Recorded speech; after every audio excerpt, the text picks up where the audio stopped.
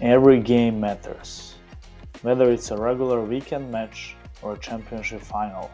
The way you prepare will decide how you perform. In this chapter, I'll walk you through a simple system to get ready for any kind of game.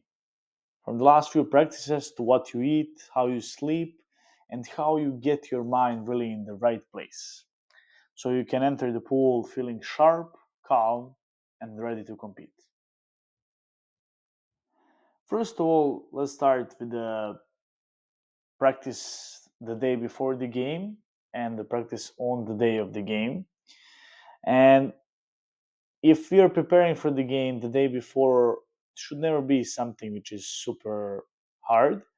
Basically, this is something what coach will where coach will set up the rhythm for you, but usually it will be not super not focused at all at conditioning, but still on the other side you should be able to do around 4 laps of sprints so you can stay fast during that time.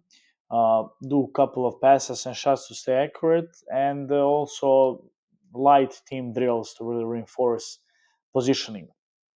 This again shouldn't be something where you get your heart rate uh, above 16, 18 for longer than 10 seconds, only when you do those max four sprints. So you're just supposed to be in the water, feel the water a little bit more, and also do a couple of passes and shots, and do the positioning with the team, which will uh, help you get in the game ready the day after, and remind your brain of the things that you work together on. But this is the part where the coach will basically take the lead, and you'll follow what the coach orders you to do. But for you, what you can focus on mostly is your sleep, meals, and how you visualize that game. And interesting fact is that the best athletes have consistently the same pre-game habits. So if you want to become the best athlete, you want to have some kind of the consistent pre-game habit that you will be doing before every single game. So regarding sleep, it's very important part. You also don't want to sleep too much if it's before the game. You don't want to sleep too little.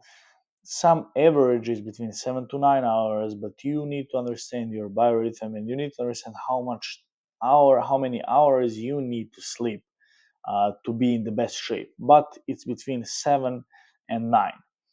So you want to go to bed early enough so you wake up naturally rested. Regarding the meals, you want to really eat simple and balanced meals, carbs and proteins for energy. So think about oatmeal and fruit for breakfast, rice and chicken for lunch. Avoid any heavy food or anything that you are not really used to. Because, and as we discussed, 1 hour before the game, you shouldn't be eating even those that I just ordered. 1 hour before the game should be nothing, but this should be 2 hours before the game, your last meal. And if your game is early in the morning, get up earlier and then eat 2 hours before the game.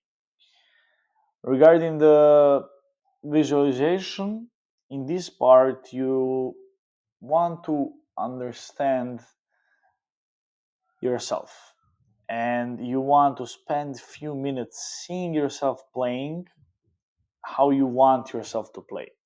So you want to win sprints, passing cleanly, making strong defensive stops, um, doing all of the things that you really want to do, and really visualize yourself already doing it. And try to get that feeling, try to feel how would I feel if I scored 3 goals, if I made 2 assists, and I had 2 steals.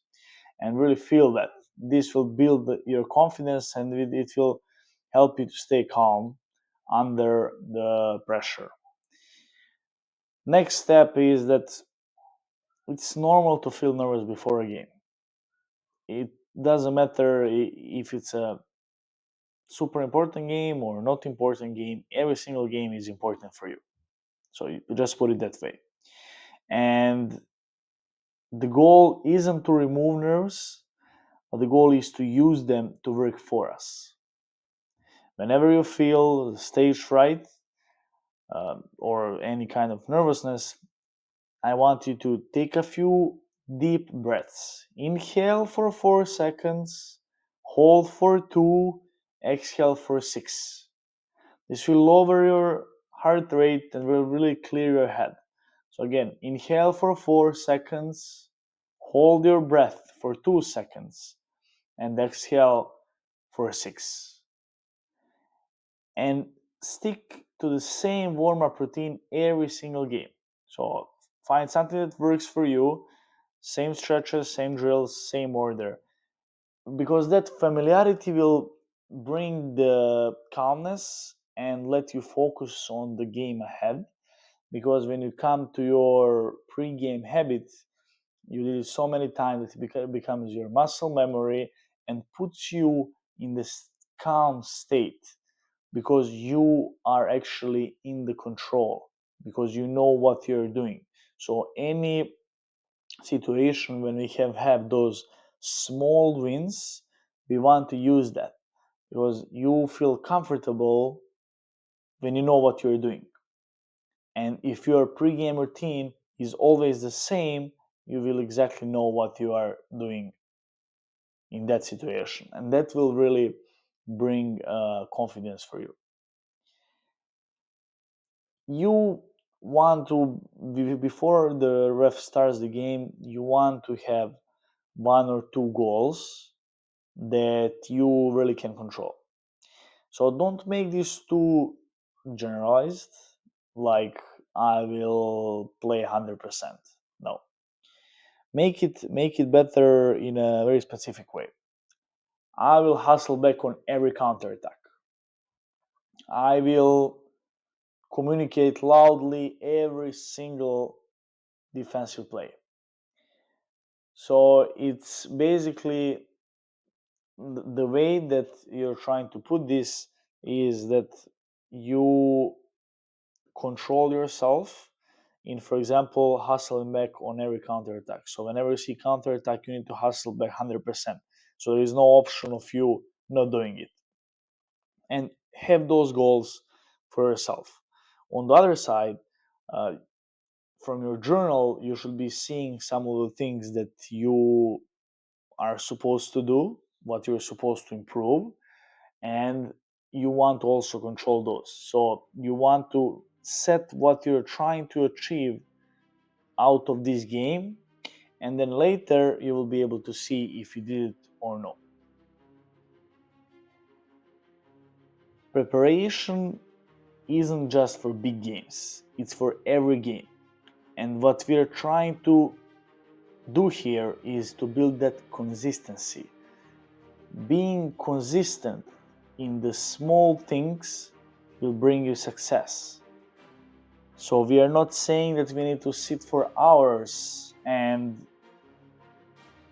look at all of the possible videos from Varapolo or analyze all the possible games from the different teams. No, these are all couple minutes exercises that will really help us. So following a consistent routine, managing nerves, and focusing on controllable actions, we will step into the pool ready to perform at our best. And just by applying those couple steps, you will put yourself in the calm state before the game, allowing your body to use the nerves of nervousness to work for you, not against you. And by applying those and also writing those in journal after every game, writing, seeing where the mistake is, we will be able to track our progress not just over the games or the months, but over the years. And it will really separate good players and great players. And we know where we want to be.